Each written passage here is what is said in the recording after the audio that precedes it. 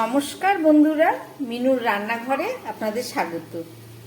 খুব চটজলদি অল্প পনির দিয়ে একটা রেসিপি করে আপনাদের দেখাবো। তার জন্য একটা কড়াই বসিয়ে তাতে সাদা তেল দিয়ে দিলাম, আর এখানে কিছুটা পনির কেটে নিয়েছি, সেটাকে ভাজা বসিয়ে দিলাম।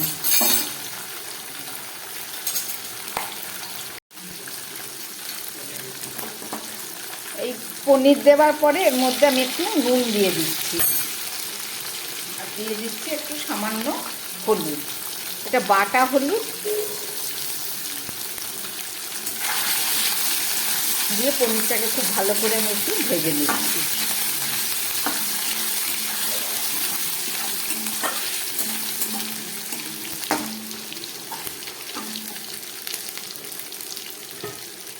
পনিরটা আমার প্রায় ভাজা হয়ে গেছে, এর থেকে আর বেশি ভাজবো না, আমি তুলে ফেলছি। এই পনির ভাজা তেলের মধ্যে আমি একটু গরম মশলা জিরে ফোড়ন দিয়ে দিলাম, দিয়ে দিচ্ছি খুব একটা তেজপাতা, একটা তেজপাতারও কম,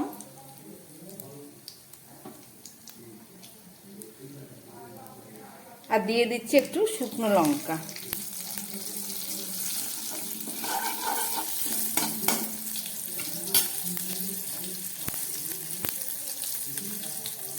দিয়ে দিচ্ছি একটু ক্যাপসিকাম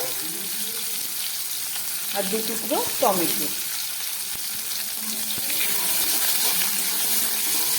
খুব ভালো করে এটাকে একটু ভেজে নিই।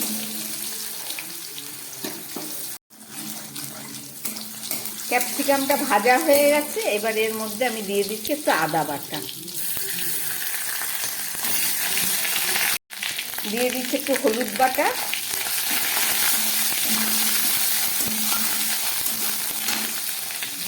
এবার আমি একটু জল দিয়ে দিচ্ছি যাতে ক্যাপসিকামটা ভালো করে একটু সিদ্ধ হয়।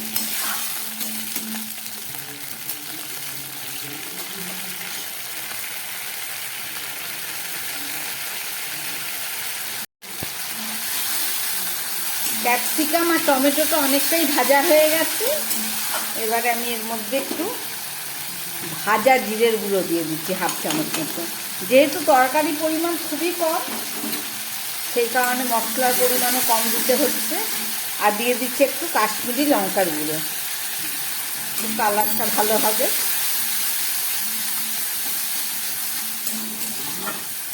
এবার আমি এই ভেজে রাখা পনিরগুলো দিয়ে দিচ্ছি।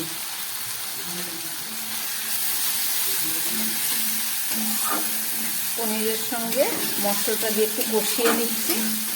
একদম নিরামিষ রান্না এটা।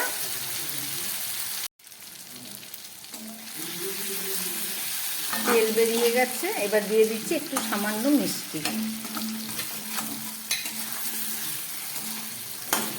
এবারে এখানে 2 চামচ পোস্ত আর একটা কাঁচা লঙ্কা আমি বেটে নিয়েছি, সেটা দিয়ে দিলাম।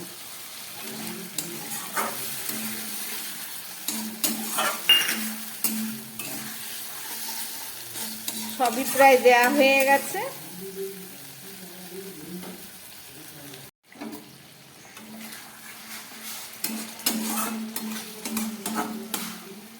এবার আমি দিয়ে দিচ্ছি হাফ চামচ মতো টমেটো সস,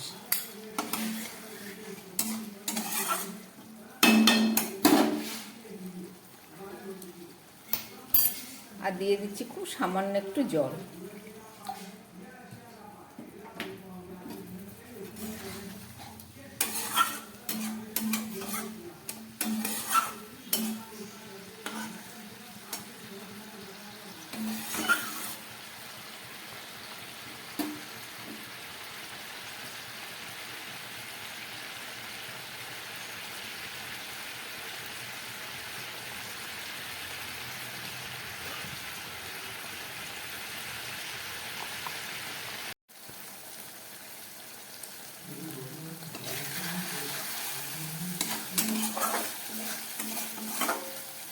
পনির রান্না প্রায় হয়ে গেছে, সামান্য একটু বাকি। এবার দিয়ে দিচ্ছি একটু ঘি, হাফ চামচ মতো দিলাম, আর দিয়ে দিচ্ছি একটু গুঁড়ো গরম মশলার গুঁড়ো, গুঁড়ো গরম মশলা।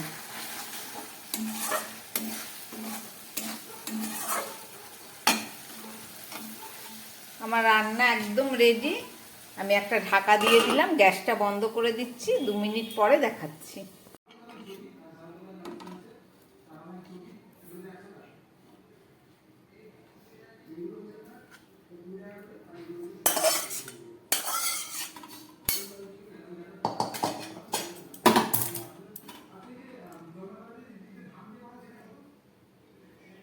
রান্না করলাম নিরামিষ পনির। দেখলেন আপনারা রেসিপিটা। যদি ভালো লাগে চ্যানেলটাকে লাইক করবেন, সাবস্ক্রাইব করবেন। নমস্কার, সবাই সুস্থ থাকবেন, ভালো থাকবেন।